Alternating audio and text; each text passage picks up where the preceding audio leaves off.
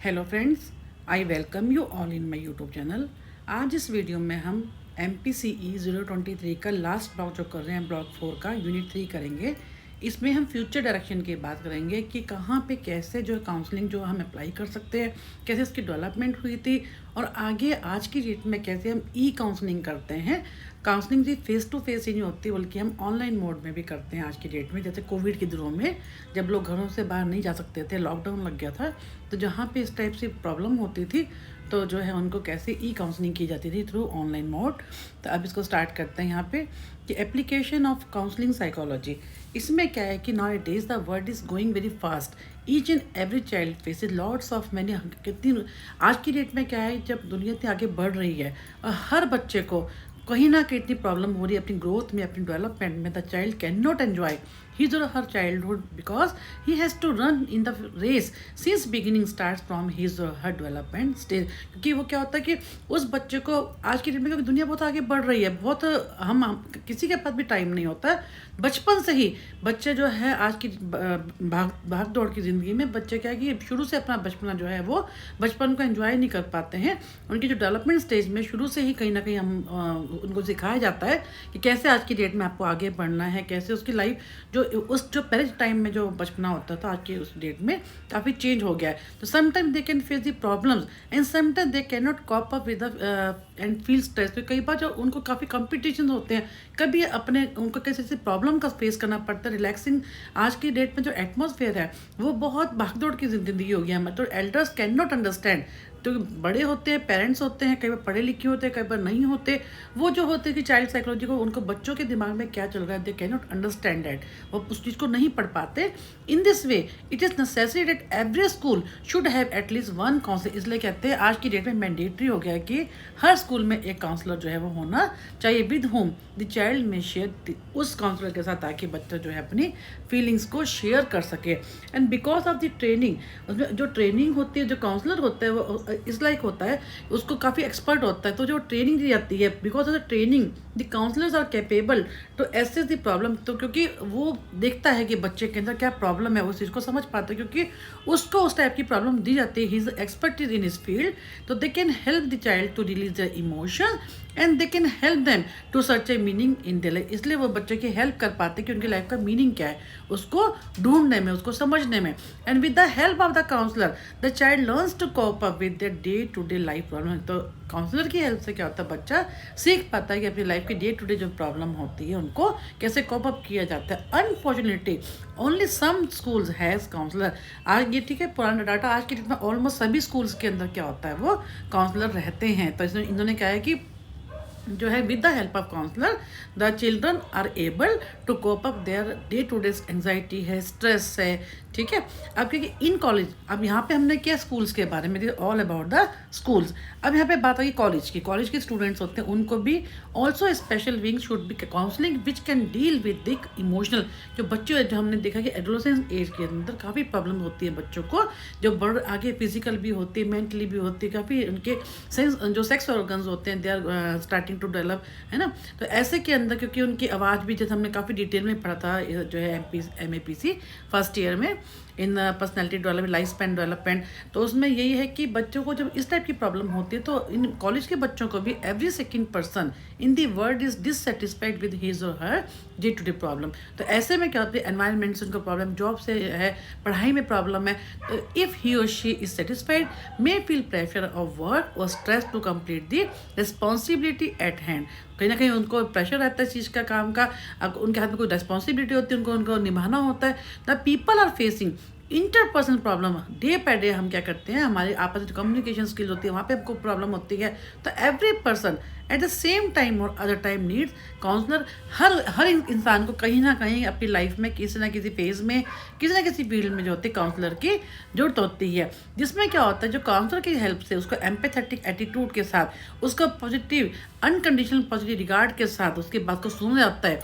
Who can listen, जो उसकी बात को सुन सकता है कि उसकी लाइफ में क्या चल रहा है, और उसको वो केयर भी कर सकता है, कि उसको मोटिवेट कर सकता है इस चीज़ में कि अडॉप्ट करे किस चीज़ का the best coping skills suitable for a personal growth. जो उस इंसान की हेल्प करने में, उस क्लाइंट की हेल्प करने में हेल्प की जाती है with the help of empathy और अनकंडीशनल पॉजिटिव रिगार्ड के साथ। उसकी जो भी उसके दिमाग में चल रहा होता है उसको सुना जाता है, उसको जो है उस लाइक बनाया जाता है, उसको कॉप अप करने में वो उसकी हेल्प की जाती है।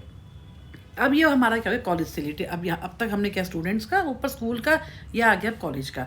अब हमने बात करनी है इंडस्ट्री की, या इंडस्ट्री या एनी ऑर्गेनाइजेशन, कहीं पे भी काउंसलर जो होता है can work to improve for better interpersonal skills for the employer और कैन डेवलप टीम स्पिरिट को भी इसमें ये भी सिखाई जाती है, कैसे इंटरपर्सनल स्किल्स को स्ट्रॉन्ग किया जाता है और मोटिवेट दी एम्प्लॉय और employer to control the emotional aspects, कहीं पे कैसे इमोशनल एस्पेक्ट्स को कंट्रोल किया जाता है so that overall growth of the individual and organisation can be enhance.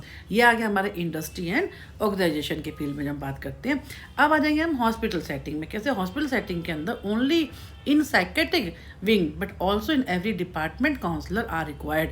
जहाँ पे हॉस्पिटल सेटिंग में भी कहाँ पे हमारे को जरूरत पड़ती है, सिर्फ यहाँ नहीं कि साइकेट्रिक में भी बल्कि बाकी जगह भी काउंसलर की जरूरत पड़ती है। इन एवरी क्रॉनिक और टर्मिनल ऐसी इलनेस जो कि बहुत क्रॉनिक होती है, the chances to develop anxiety हो जाती है पेशेंट्स को, डिप्रेसिव फीचर्स हो जाते हैं, है ना, कॉन्फ्लिक्ट होता है, स्ट्रेस होता है, नेगेटिव थॉट आने शुरू हो जाते हैं, डिप्रेशन हो जाता है। If the counsellor go to visit and counsel the patient like जैसे बाकी डॉक्टर्स जाते हैं वैसे का काउंसलर भी विजिट करता है अपने पेशेंट के पास, the patient would feel good. तो यहाँ पे कहाँ पे हम जब बात कर रहे हैं हॉस्पिटल सेटिंग्स की बात कर रहे हैं। फिर हम बात करें in some countries they have arrangements like they have family counsellor. कुछ कंट्रीज के अंदर क्या होता है उनके खुद के ही फैमिली काउंसलर्स होते हैं, उनके पर्सनल काउंसलर होते हैं, जैसे कि हम यूएस में बात करते हैं, कनाडा में बात करते हैं। In society and communities the members can also have a counsellor club too. कहीं कहीं पे काउंसलर के जो क्लब्स होते हैं जहाँ पे वो इस टाइप के इमोशनल इश्यूज को वो डील कर सकते हैं। The human being is some time tap with the emotion. कई बार हमारे दिमाग में हम बहुत सारी इमोशन चल रही होती हैं, उसमें हम फंसे रहते हैं, तो they do everything to make them, वो हर तरह से हिम्मत करते हैं, मेहनत करते हैं अपने आप को खुश रखने के लिए, लेकिन वो अपने जो लाइफ में इमोशनल इश्यूज हो रहे होते हैं उनसे वो उनको कंट्रोल नहीं कर पाते, उनसे कॉप अप नहीं कर पाते। तो ऐसे में क्या होता था counselling specially psychological counselling helps them में लॉट। ऐसे के अंदर जो है काउंसलिंग बहुत ज़्यादा हेल्पफुल होती है। अब बात करेंगे डेवलपमेंट ऑफ काउंसलिंग कैसे होती है, काउंसलिंग कैसे स्टार्ट हुई, काउंसलिंग को कहाँ कहाँ पे किस किस जगह पे कैसे इसका डेवलपमेंट हुई है, आज की डेट में कैसे वो आगे हम बढ़ते जा रही है, कैसे हर फील्ड में हमारे को काउंसलिंग की जरूरत पड़ती है। तो counselling psychology has now been given division status in the International Association of Applied Psychology IAAP, यानी International Association of Applied Psychology में इसको एक अलग से डिवीजन स्टेटस के रूप में इसको दिया गया है। And this came about at the 2002 Congress of Applied Psychology, जहाँ पे सिंगापुर में ही हुआ था, जहाँ पे where the board of director ने इसको क्या किया, इसको एक 16 डिवीजन 16 के अंदर रख के इसको उस अलग से इसको डिवीजन में रखा और 12 डिफरेंट कंट्रीज में आज की डेट में ये जो है इसको कंसीडर किया जाता है। फिर यूएसए की बात करते हैं, यूएस के पास has the longest established independent profession है काउंसलिंग में। इन 1946 में APA जो हमने काफ़ी पढ़ा, अमेरिकन साइकोलॉजिकल एसोसिएशन ने इसको reorganise personal and guidance psychologist with division 17, वहाँ पे हमने 16 की बात की थी, डिवीजन 17 की हमने बात की। उन्होंने एक change reportedly came about through senior member division 17 में जो सीनियर मेंबर्स थे उन्होंने इसको काउंसलिंग का नाम दिया रादर देन पर्सनल की जगह इसको एक अलग से काउंसलिंग का नाम दिया। फिर उसके बाद इन्होंने कहा है कैसे कैसे कार्ल रोजर्स की इन्होंने बात की, उन्होंने कैसे इसके ऊपर काम किया। उन्होंने 1942 में एक बुक पब्लिश की थी काउंसलिंग एंड साइकोथेरेपी, फिर उसके बाद 1951 में फिर उसके ऊपर काम किया, उसके जिसमें इन्होंने क्लाइंट सेंटर थेरेपी की बात की थी। इस तरह से अलग अलग टाइम पे कैसे इसको इन्होंने कहा है कि हम USA की बात कर रहे हैं। फिर 1974 में the foundation of national register of health service providers in psychology focused on the training and accreditation of counselling psychologist. अब USA में इन्होंने कहा कि 1974 में इस टाइप से कैसे किया कि national register on health service providers को जो है उनका फोकस ऑन द ट्रेनिंग, उनको ट्रेनिंग दी गई और डिफरेंट तरह के जो है काउंसलिंग जो साइकोलॉजिस्ट थे उनका एक ग्रुप बनाया गया। उसके अंदर क्या है including specification psychology in the title of accredited programme and doctor level training for counselling. इनको जो है काफ़ी हाई जैसे PhD को हम कहते हैं डॉक्टर लेवल के ऊपर इस टाइप की इनको ट्रेनिंग दी गई काउंसलिंग साइकोलॉजिस्ट की। 2003 में क्या हुआ, the division change its name to Society of counselling Psychology, emphasis was on unity through diversity. अब इन्होंने क्या किया, एक चीज़ के ऊपर फोकस किया, डिफरेंट उस सबको मिला के जो है एक चीज़ पे फोकस किया। Society of counselling psychology has prove to be popular as a division within the APA, जो मैंने अभी ऊपर बात की अमेरिकन, जिसमें हमने अभी बात की अमेरिकन साइकोलॉजी एसोसिएशन के ऊपर, and currently has a second largest division membership and after clinical psychology. अब क्लिनिकल साइकोलॉजी के पास को सेकेंड नंबर पे रखा गया। देन टू नेशनल, अब जो कनाडा की बात करें, कनाडा के अंदर क्या है, टोटल 2 ऑर्गेनाइजेशन है। 2 national organizations are recognized as having influenced the development of profession of counseling psychology। 2 organisation की बात ये कर रहे हैं यहाँ पर इन जो है Canada, the Canadian psychological association एक है, एक कैनेडियन काउंसलिंग एसोसिएशन है इन 1986। अब इनका काम क्या था, CPA outlines the requirements for training different regions में, जो ट्रेनिंग की बात कर रहे हैं with requirement covering for doctor PhD के लिए भी एंड मास्टर लेवल, दोनों लेवल पे काम करते हैं। And one interesting aspect of the counselling psychology में क्या है, arises from the fact that officially the country is bilingual। जो अगर हम इसकी बात करते हैं, कोर्स की बात करते हैं, तो इस कंट्री के अंदर क्या है, बाइलिंगुअल, दोनों भाषा में बोली जाती है, मल्टी कल्चरल है ना, डिफरेंट कल्चर के यहाँ पे लोग रहते हैं, तो मल्टी कल्चरल भी है, बाइलिंगुअल, दोनों भाषाएं बोली जाती हैं। Yet the development of counselling psychology appears to have taken somewhat different roots to in the French, क्योंकि फ्रेंच जो है यहाँ पे फ्रेंच बहुत बोली जाती है कनाडा में, खासतौर से अगर मॉन्ट्रियल की तरफ जाते हैं तो वहाँ पे काफ़ी ज़्यादा फ्रेंच को इम्पोर्टेंस, तो पूरे कनाडा में फ्रेंच को काफ़ी इंपॉर्टेंस दी जाती है। But there some province there जो कि who give more preference to French people, तो उन्होंने कहा है कि इंग्लिश स्पीकिंग एरिया, हर इन दोनों एरिया में ज़्यादा यहाँ पे जो है काम होता है, उस टाइप की जो है ज़्यादा देखने को मिलती है language. According to Brown and Cron 2004 the term counselling psychology was first officially used in the discussion at the, अब इन्होंने ऑस्ट्रेलिया की बात की, Australian Psychological Society in 1970। The division of Counseling Psychology of the APS, an Australian Psychological Society, formally established in 1976 में वैसे establish हो गया था। And the division, अब in 1983 के बात करें, the division became the Board of Counseling Psychology। अब उसमें क्या किया, जो डिवीजन जो है ये बाद में क्या बन गया, board of counselling psychology. And the current title the College of counselling Psychology introduce to, इन्होंने अब 1990 मतलब बेसिकली क्या है 1973 में शुरू हो गया था, फिर 83 में इन्होंने यहाँ पे ऐसे किया, फिर 1993 पे आ गए, जिसमें इन्होंने क्या कहा, College of counselling Psychology that was introduce in 1993। And pointing to the growth of private practice also there are only 5 accredited training courses in counseling psychology throughout the country। Only 5 ऐसे कोर्सेज हैं जो कि हमारे पूरे देश के अंदर through the country, कहाँ पे, ऑस्ट्रेलिया में, all offered by universities। notwithstanding these factors, counseling psychology as a profession is well recognized।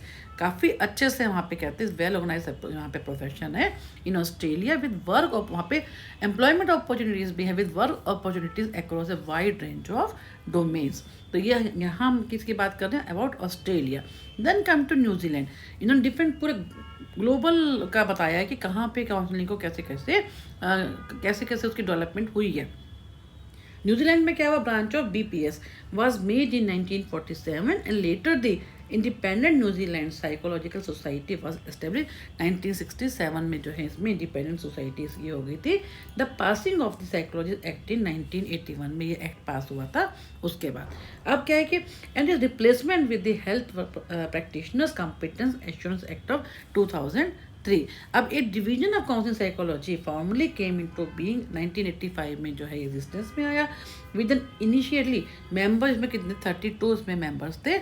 And the institute of counselling psychology was establish at the annual conference of New Zealand के बारे में है ये, New Zealand psychological society currently the field of counselling psychology in New Zealand constitute to expand to become a separate identity and the establishment of solid training ground. कहने का मतलब कि आज की डेट में जो है न्यूजीलैंड में भी काफ़ी ज़्यादा यूज़ होती है यहाँ पे काउंसलिंग, वहाँ पे भी काफ़ी आगे day by day but it is going to be expanded. तो ये इन डिफरेंट कंट्री, हालांकि ये जो है डेवलपमेंट इतना इंपॉर्टेंट नहीं है from examination point of view से, फिर भी आपको ये सब चीज़ें करनी है। आप थोड़ा इसको देख सकते हैं। मोटा मोटा अगर ये वीडियो सुन लेंगे तब भी आपको काफ़ी चीज़ें जो है दिमाग में रह जाएंगी। तो काउंसलिंग साइकोलॉजी इन हांगकांग, अभी इन्होंने बात की हांगकांग की, चाइना की, Korea and Japan.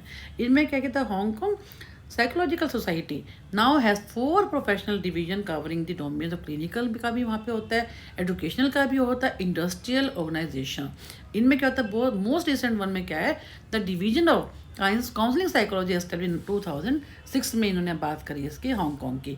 Due to relative lack of formal counselling psychology training opportunities in Hong Kong, this professional group is made of people who have done a first degree in psychology then gone.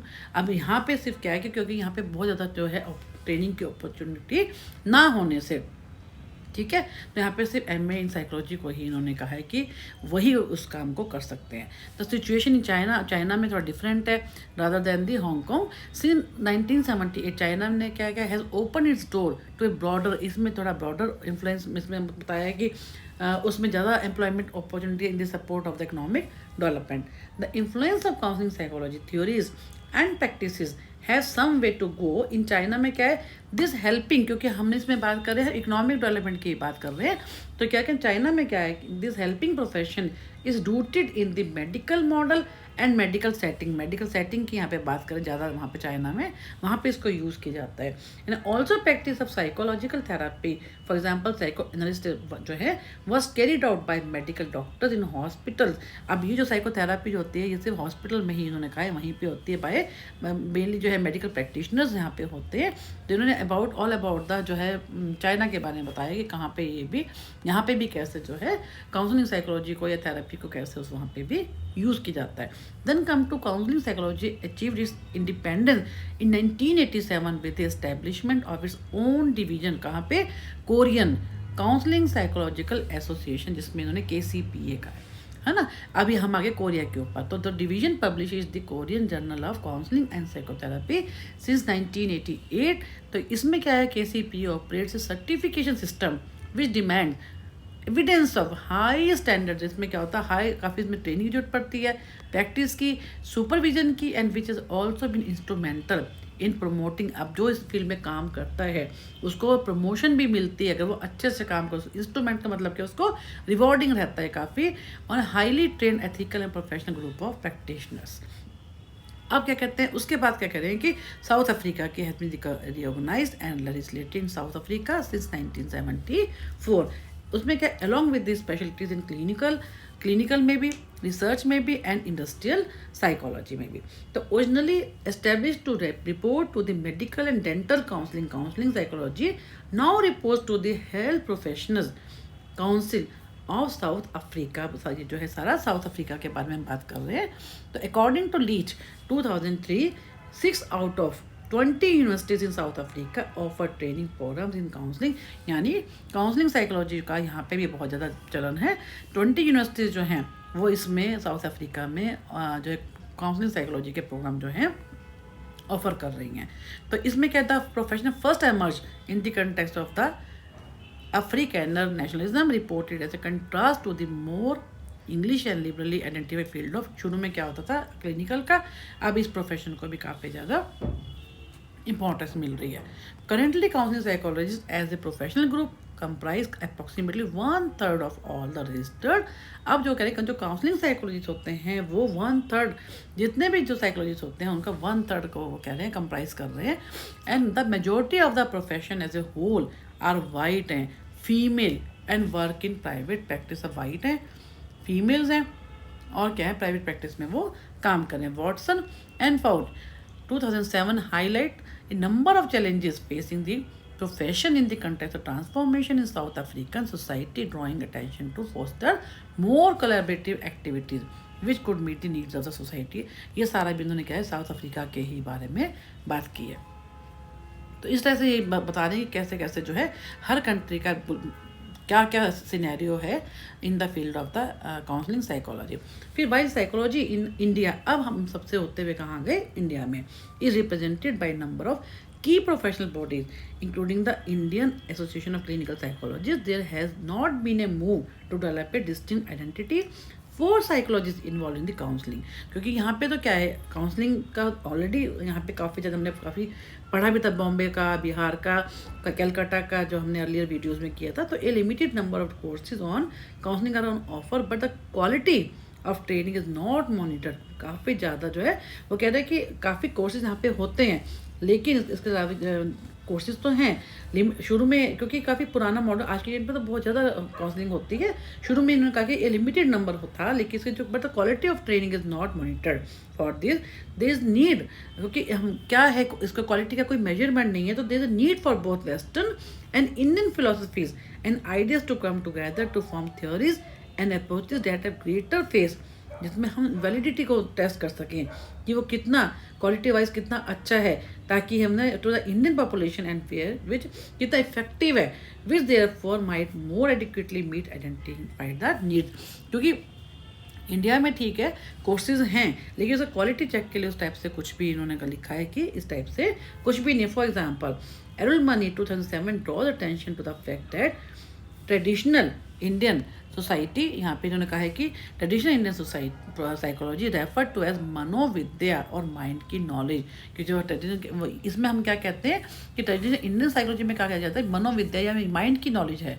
ठीक है, जिस जो counsellor होता है, ही और she should have the complete knowledge about reading of the mind, human mind is recorded in ancient Indian writing documenting the existence of psychological ideas and techniques that bear startling resemblance to ideas put forth by the modern Western psychology and yet predicate that these efforts by two, मतलब कि ये काफ़ी लंबे time से वो कह रहे हैं कि इस चीज़ के ऊपर इन्होंने कहा है कि जो इन्होंने एरुलमनी ने क्या कहा है कि 2007 में कि मेनली क्या होता है कि हम ट्रेडिशनल इंडियन साइकोलॉजी की बात करते हैं, तो इसमें हम इसको जो काउंसलिंग को हम क्या कहते हैं कि मनोविद्या है, यानी मन की नॉलेज है, जो माइंड को जो पढ़ना जानता है वही जो है काउंसलर है, वही काउंसलिंग कर सकता है।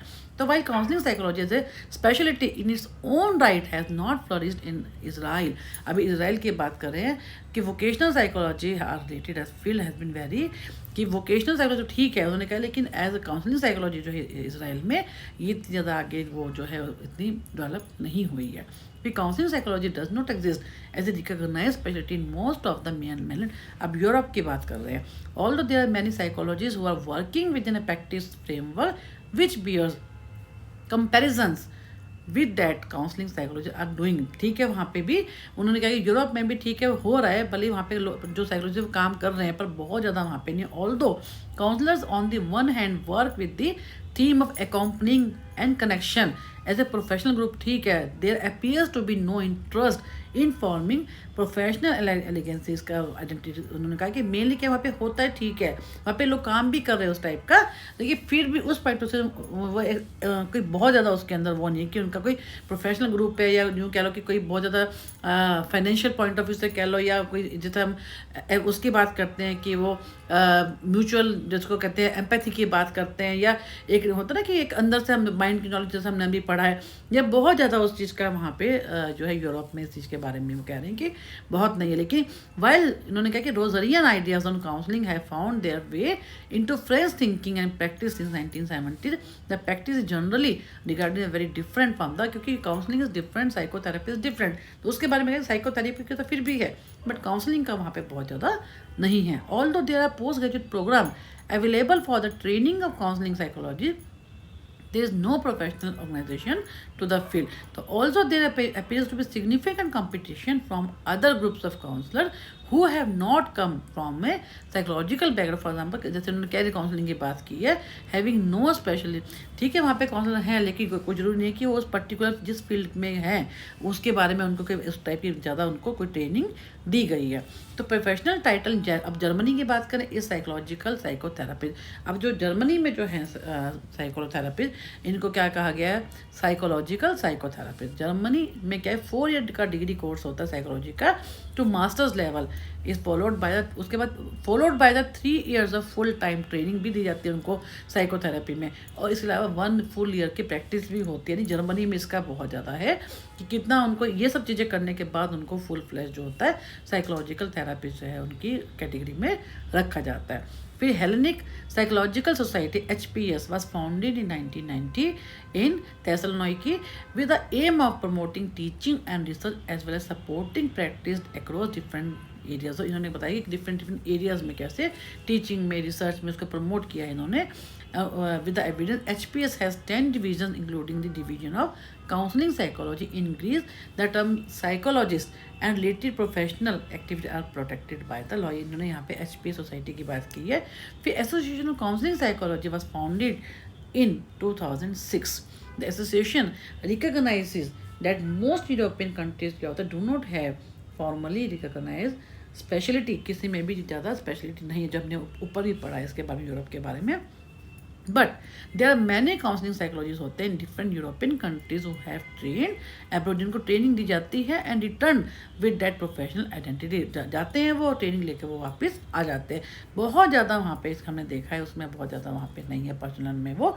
The aim of the association is there for to support the development and application of counselling psychology in Europe and is likely to provide a forum for professional exchange as well as networking opportunities. The association already has member from Greek के member है, Malta, Ireland, UK, Italy and Spain. तो इस type से उन्होंने बताया कि ये सब फील्ड के लोग जो है वहाँ पे इंडियन कंट्रीज़ के लोग वहाँ पे already they are working with this association.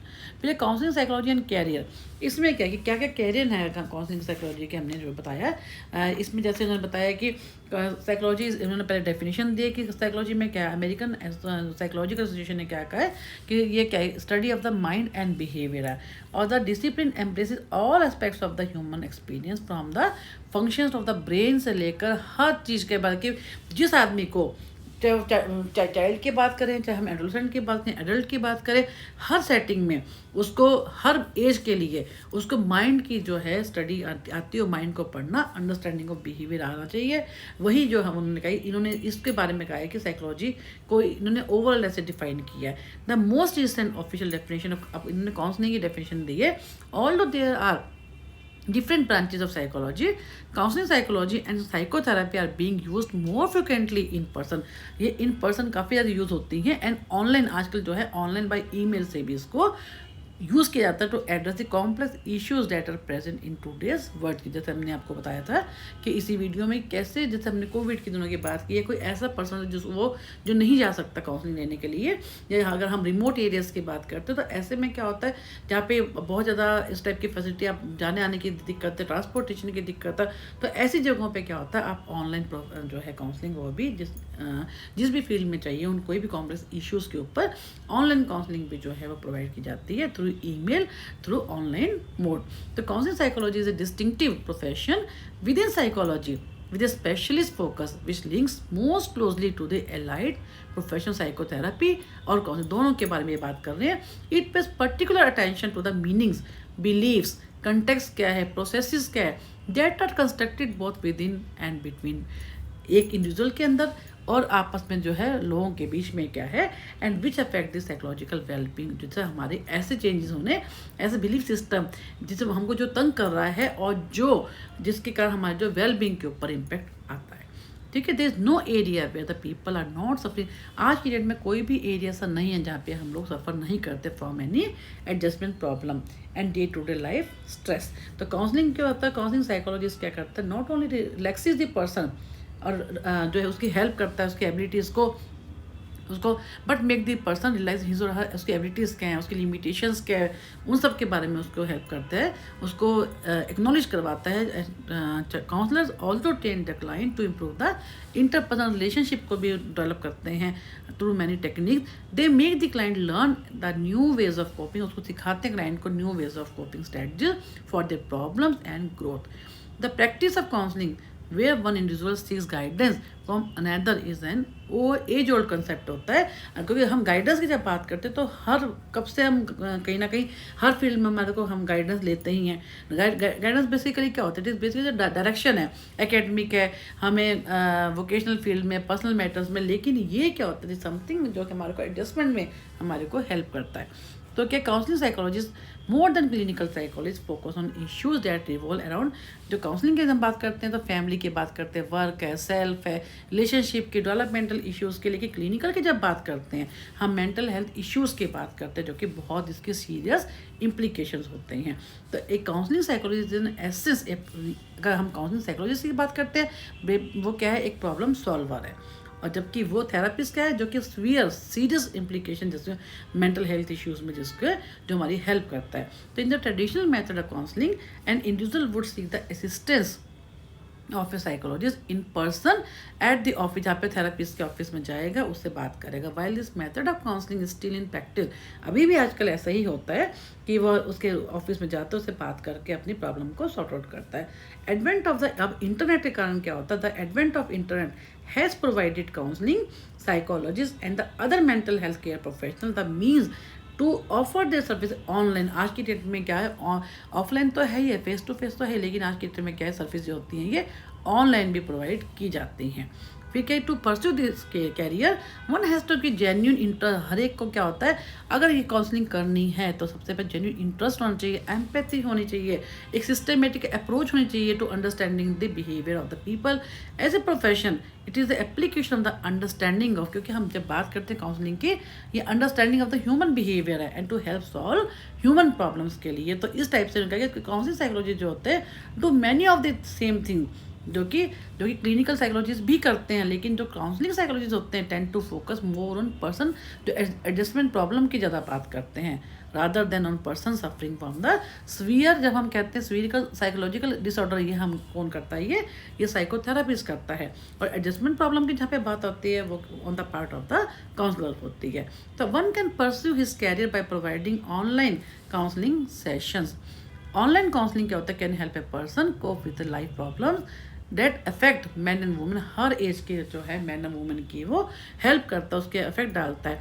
And this can include adjustment to difficult situation such as transitions क्या हैं, चेंजेस क्या हैं, लॉनलीनेस क्या है, हेल्थ कंडीशन, इन्होंने कहा कि डिसेबिलिटी होगी, रिलेशनशिप मैटर्स हो गए, कॉन्फ्लिक्ट्स हो गए, मैरिटल प्रॉब्लम्स होगी, ये सब चीज़ें जो हैं इन सब चीज़ों में हम इनकी कोई ईटिंग डिसऑर्डर है, बिंज ईटिंग जैसे हमने कहा था बहुत ज़्यादा खा लेते हैं, एनोरेक्सिया नर्वोसा जिसमें हम खाना ही बंद कर देते हैं, वेट लॉस हो जाता है, तो इन सब के अंदर हमारे को इन सब की काउंसलिंग की जरूरत पड़ती है। तो e counselling is convenient and time efficient to sit at home, कि हम ई काउंसलिंग में क्या होता है, ऑनलाइन मोड में हम आराम से अपने घर में जहाँ पे हैं वैसे बैठ सकते हैं, अपने ऑफिस में है, अपने घर में है, अपने कंप्यूटर पे एंड कंपोज एंड आप एक ईमेल कर सकते हो जो कि बड़ी कॉस्ट इफेक्टिव होती है, कॉस्ट आती है बहुत ही कम आती है इसके अंदर।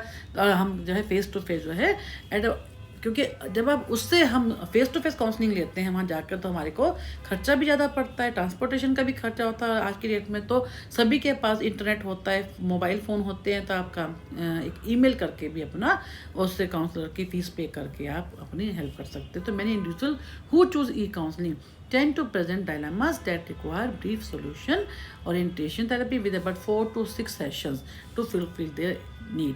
तो अब में क्या होता है, smaller number of people seek ongoing session as they grapple with long term, क्योंकि कई बार कहते हैं बहुत इजी भी होता है क्योंकि जल्दी ही ख़त्म हो जाती है, 4-5 समय के बाद बन जाती है। तो क्या होता है कि इसलिए उसको, और ऐसे जब पे रिमोट एरियाज़ में जहाँ पे लोग ज़्यादा पढ़े लिखे भी नहीं हैं वहाँ पे, या जहाँ पे यूँ कह सकते हो कि पर हाँ ये तो कि हम ड्रॉबैक में लाएंगे इसको कि जहाँ पे लोग ज़्यादा पढ़े लिखे नहीं हैं, उनको ईमेल यूज़ करनी नहीं आती, वो उसका सबसे ड्रॉबैक हो जाता है। लेकिन अगर नॉर्मली हम देखा जाए तो आज की डेट में ये बहुत कन्वीनियंट है, जहाँ पे हम ईजिली जो है घर बैठे अपने ऑफिस में, घर पे जब हम लोग टाइम नहीं निकाल पाते जाने के लिए, ट्रांसपोर्टेशन की दिक्कत होती है ना, तो वहाँ पे जहाँ पे हमारे को काफ़ी लंबे टाइम से कोई प्रॉब्लम चली आ रही है तो उसमें हम इसको थ्रू ईमेल पे हम जो भी उसकी जो है काउंसलर से बात करके, थेरेपिस्ट से बात करके, उसका हम उस फी जो होती है इनिशियल सेशन में, जो भी फर्स्ट सेशन में उससे बात करके जो उसकी फ़ीस होती है, जिसमें हम पूरा काउंसलिंग का प्रोसेस डिफाइन किया जाता है,